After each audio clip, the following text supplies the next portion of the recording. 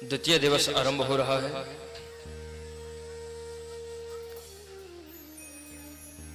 मंगलमय चरित्र है श्रीमद् भागवत महापुराण का। इतनी अद्भुत है, इतनी चिन्मयी है कि इसका बखान, इसका वर्णन यदि करने पे उतारू हो जाए तो जीवन भर, पूरा जीवन पर्यंत हमारा कम पड़ जाए, लेकिन भागवत का अर्थ समाप्त ना हो। भागवत एक अथाह समुद्र है। यदि इसमें प्रवेश करने पे यदि उतर जाए, यदि इस भागवत रूपी अथाह समुद्र में यदि प्रवेश हम यदि कर जाएं, पहले तो प्रवेश साधारण तरीके से मिल ही नहीं सकता। बड़े भाग्य जब उदय होते हैं तभी प्राप्त हो पाता है।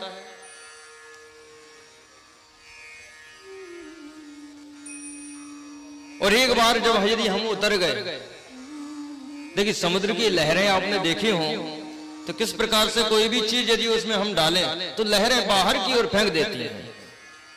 साधारण तरीके से प्रवेश नहीं मिलता है। लेकिन जैसे ही बार बार प्रयास के जब हम कोशिश करें, प्रयास करें, एक बार के प्रयास से नहीं, बार बार मुहुर्मुह बार बार हम प्रयास करें तो फिर वो लहरें हमें स्वयं खींच ले जाती हैं। और यही श्रीमद् भागवत महापुराण की जो दिव्य महत्ता है कि पहले तो साधारणतः समझ में नहीं आएगा, लेकिन बार बार जब हम इसको रस का ग्रहण करें, इस रस का पान करें, तब ये भागवत हमें ऐसे चिपक जाती हैं, ऐसे गोविंद हमें चिपका लेते हैं अपने सीने से कि फिर कभी छोड़ते ही नहीं। फिर हम चाहें भी ना कि हम इससे दूर हो जाएं तो दूर नहीं हो सकते हैं। क्यों? क्योंकि देखो, बिनु सत्संग विवेक न हो, बिनु सत्संग विवेक न हो,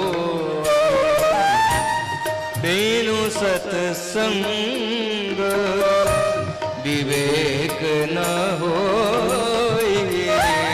बिनु सत्संग विवेक न हो। राम कृपा बिनु सुलभ न सोई, राम कृपा बिनु सुलभ न सोई, बिनु सत्संग विवेक न हो, बिनु सत्संग विवेक न हो। बिना सत्संग के विवेक आ नहीं सकता। विवेक तब तक, जब तक आएगा नहीं, तब तक गोविंद से प्रीति हो ही नहीं पाएगी।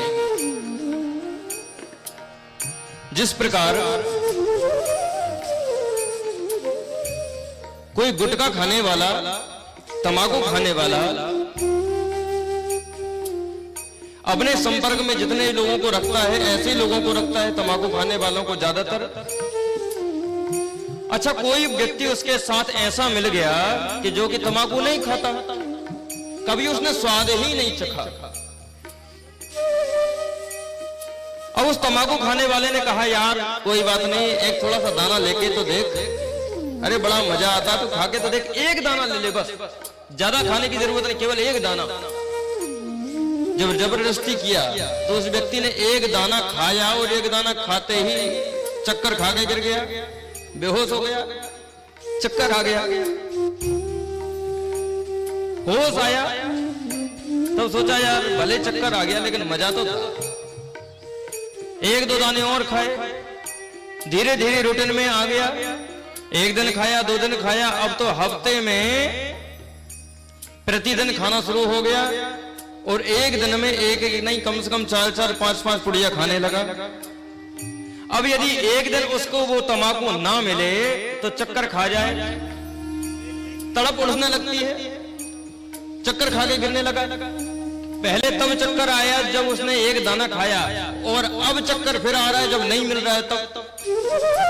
कहने का मतलब ये भागवत महापुराण परमात्मा की, हमारे कृष्ण की, हमारे राम की लीला ऐसी है कि पहले तो तुम्हें समझ में नहीं आएगी, पगला जाओगे, लेकिन धीरे धीरे बार बार मोह रहो रसिका भुवि भावुका, बार बार इस रस का पान करोगे, तब एक समय ऐसा आएगा कि आप इसके बगैर रह नहीं पाओगे।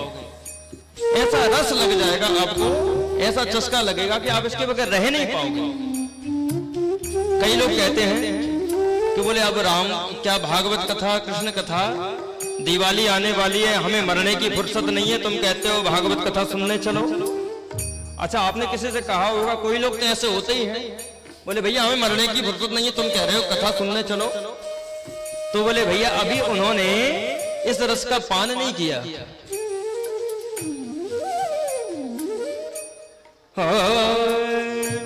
रामचरित जय सुनत गाहे, रामचरित जय सुनत गाहे, रस विशेष जानत नाही, रस विशेष जानत नाही।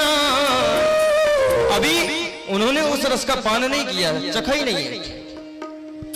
जुआरी होता है, जुआरी को मालूम चल जाए कि कहां जुआ खेला जाता है, जगह खोज के अपने आप पहुंच जाएगा।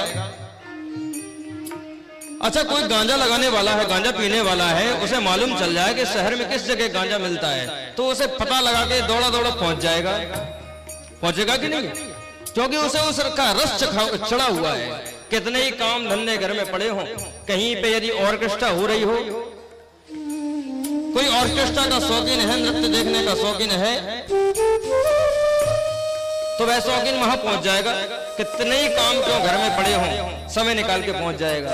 उसी प्रकार भागवत का रस, राम कथा का रस जिसको एक बार लग जाए तो वो खुद रास्ता खोजेगा कि कहां कथा हो रही है। बोलो राधे राधे। उसके लिए समय की जरूरत नहीं कि समय निकालना पड़े, वो खुद जबरदस्ती समय निकालेगा। जिन हरि कथा सुनी नहीं काना, जिन हरि कथा सुनी नहीं काना, श्रवण रंध्र अहि भवन समाना, श्रवण रंध्र भवन भवन समान, अहि भवन समाना। बोलिए श्री भगवान रामचंद्र भगवान की जय हो। बोले कृष्ण कन्हैया लाल की जय हो। कल की कथा में हमने श्रवण किया कि भक्ति देवी और ज्ञान वैराग्य की कष्ट की निवृत्ति हुई किससे? श्रीमद् भागवत महापुराण से। धुंधकारी जैसे महाप्रेत की मुक्ति हुई श्रीमद् भागवत महापुराण से।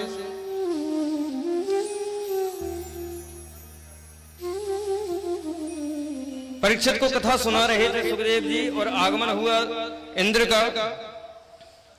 इंद्रदेव ने अमृत कलश लेकर के आए भागवत से अदला बदली करने के लिए, लेकिन सुखदेव जी ने उनको व्यापारी समझा, अभक्त समझा।